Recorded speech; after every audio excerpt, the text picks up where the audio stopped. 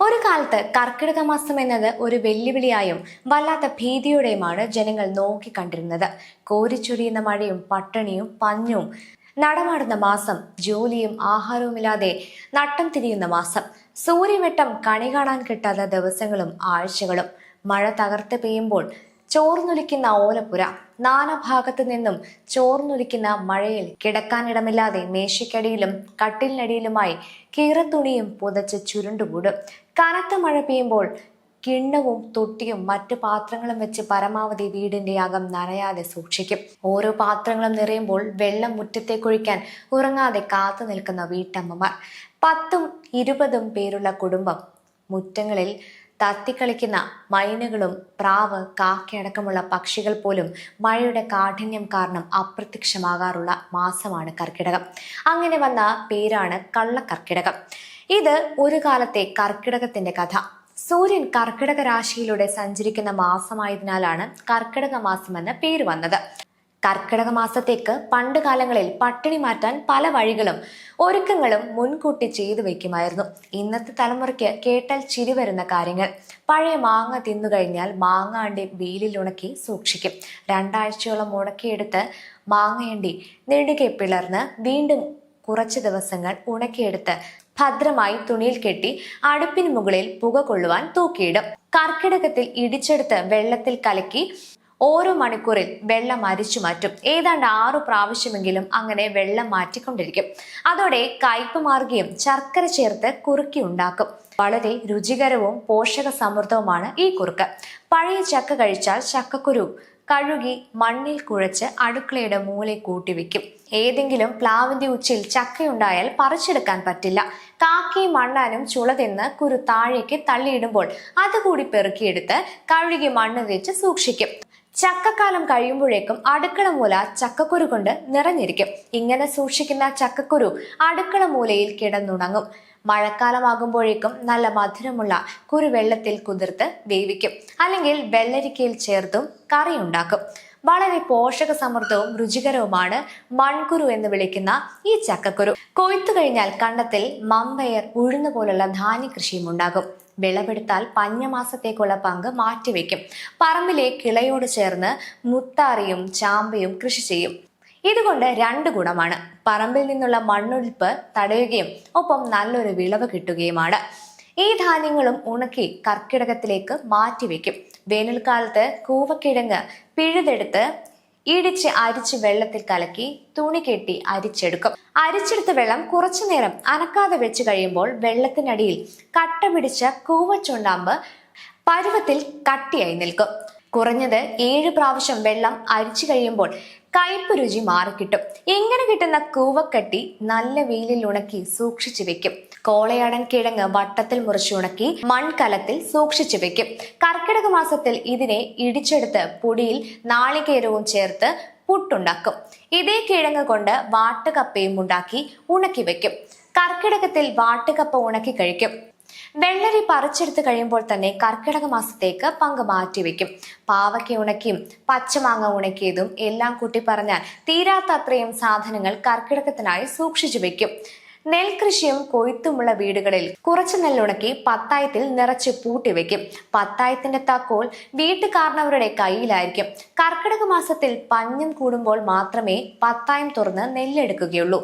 നെല്ലുണ്ടായാലും അരി ഉണ്ടാക്കിയെടുക്കാൻ കടമ്പകൾ ഏറെയാണ്. കോരി ഒഴിക്കുന്ന മഴയിൽ പുഴുങ്ങിയെടുത്ത നെല്ല് ഉണക്കിയെടുക്കുക ദുഷ്കരമാണ്. ചെമ്പിനകത്ത് പുഴുങ്ങിയെടുത്ത നെല്ലിനെ മറ്റൊരു ചെമ്പ് പാത്രത്തിലേക്ക് മാറ്റി അടുപ്പിൽ വെച്ച് വറുത്തെടുക്കും. പിന്നീട് ഉരലിൽ കുത്തി അരിയാക്കിയെടുക്കും. കുറഞ്ഞത് 4 മണിക്കൂറിന്റെ പണിയാണ് അരി ഉണ്ടാക്കാൻ. അതിനുശേഷമേ കഞ്ഞി ഉണ്ടാക്കാൻ പറ്റുകയുള്ളൂ.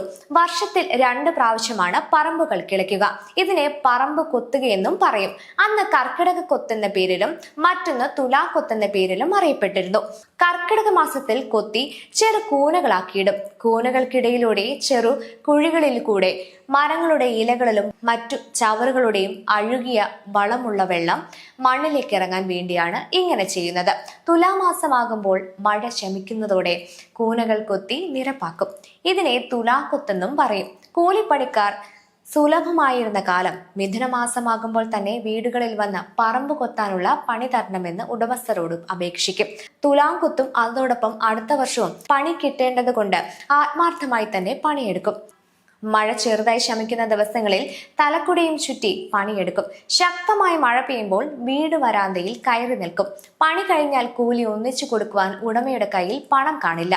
ബാക്കി കുറച്ചായി പലപ്പോഴായി കൊടുത്തു തീർക്കും. മിഥുനം അവസാന ആഴ്ച നാട്ടിൽ എല്ലാ വീട്ടിലും വീട്ടമ്മമാർ നല്ല തിരക്കിലായിരിക്കും. തേങ്ങാത്തൊണ്ട് കത്തിച്ച് കരി നന്നായി അരച്ച് ചെമ്പരത്തിയില അരച്ച് പശ ഉണ്ടാക്കി ചാണകവും കൂട്ടി വലിയൊരു കലത്തിൽ കലക്കി ഒരു പഴയ തുണിയെടുത്ത് കലക്കി ചാണകം തുണിയിൽ മുക്കി വീടിനകത്തും പുറത്തും നന്നായി തേച്ച് പിടിപ്പിക്കും. മിഥുനം 30-ാം തീയതി വൈകുന്നേരം മുറ്റമടിച്ച് വൃത്തിയാക്കി ചാണകം കലക്കി വീടിന് 4 ഭാഗത്തും തളിച്ച് ശുദ്ധം വരുത്തും. 2 ചിരട്ടകളിൽ ചാണകവെള്ളം വീടിന്റെ കോണിയുടെ ഇടതും വലതും വെക്കും. കർക്കിടകം 1-ാം തീയതി ദൈവവും പൊതിയും മലയിറങ്ങും. ചിന്നും ചെകുത്താനും മലയിറങ്ങും. അശുദ്ധമായ ഇടങ്ങളിൽ ചിന്നും ചെകുത്താനും കയറിപ്പറ്റും. മലയിറങ്ങി വരുന്ന ചിന്നയെയും ചെകുത്താനെയും വീടിനകത്ത് കയറാതെ അകറ്റുവാൻ വേണ്ടിയാണ് ചാണകം കലക്കി ചിരട്ടയിൽ വെക്കുന്നത്. ദുഷ്ടശക്തികളെ അകറ്റുവാൻ ചാണകവെള്ളത്തിന് കഴിയുമെന്നാണ് ആ കാലത്ത് ജനങ്ങൾ വിശ്വസിച്ചിരുന്നത്. കർക്കിടകത്തിൽ എല്ലാ ദുഷ്ടശക്തികളും വീടുകളിൽ താണ്ഡവമാടുമെന്ന് ആ കാലങ്ങളിലെ വിശ്വാസമായിരുന്നു. ഇങ്ങനെയുള്ള ശക്തികൾ ശുദ്ധമല്ലാത്ത വീടുകളിൽ വേഗം കടന്നു വരുമെന്നായിരുന്നു വിശ്വാസം. ചെകുത്താനെ അകറ്റുവാൻ വേടവേഷം കിട്ടിയ ശിവൻ വേടൻ പാട്ടുമായി വീട് വീടാന്തരം കൊട്ടിപ്പാടി നടക്കും. വീടുകളിൽ ശിവസാന്നിധ്യം ഉണ്ടായാൽ ദുഷ്ടശക്തികൾ അകന്നു പോകുമെന്നും വിശ്വാസം. പാടിക്കഴിഞ്ഞാൽ വെള്ളരിക്കയും ചക്കക്കുരും ഒരു പിടി അരിയും വേടന് കൊടുക്കും. പ്രായമായവർ കുളിച്ച് ശുദ്ധി വരുത്തി പുതുവസ്ത്രമണിഞ്ഞ് കാലത്തെ തന്നെ രാമായണ വായന തുടങ്ങും.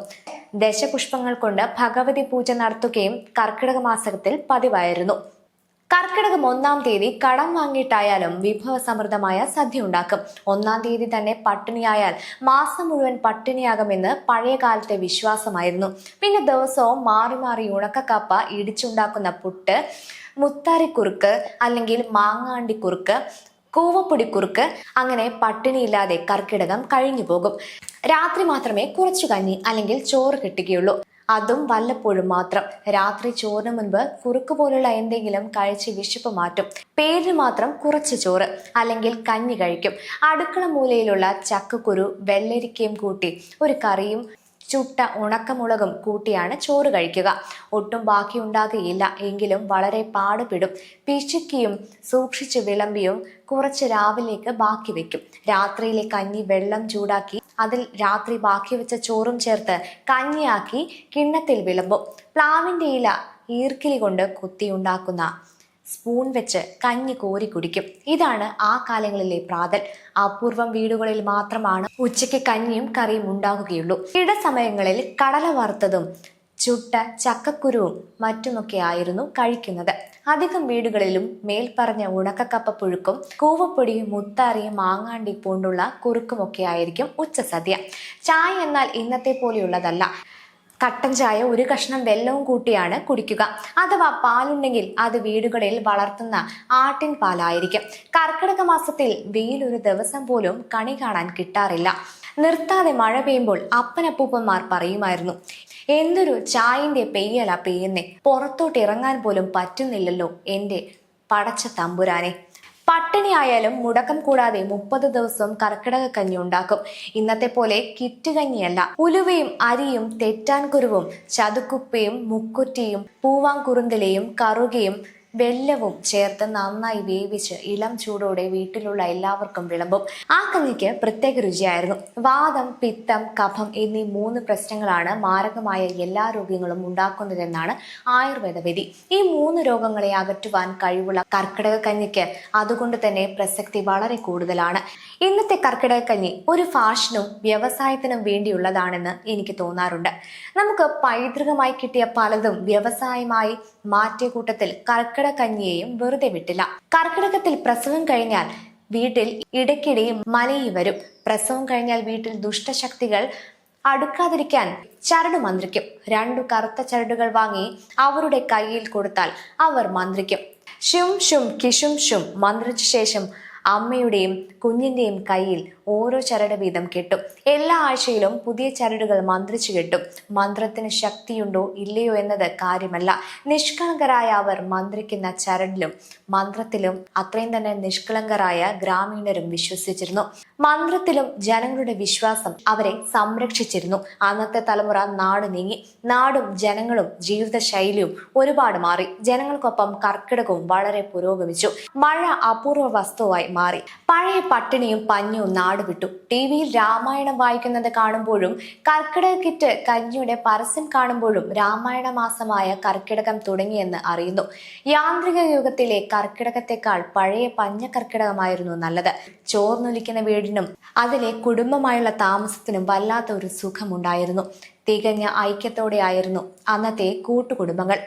വൃദ്ധസദനങ്ങളോ അഗതി മന്ദിരങ്ങളോ ഇല്ലായിരുന്ന നല്ല കാലം. ഇല്ലായ്മയിലെ പ്രയാസത്തിലും എല്ലാവരും പങ്കാളികളായിരുന്നു.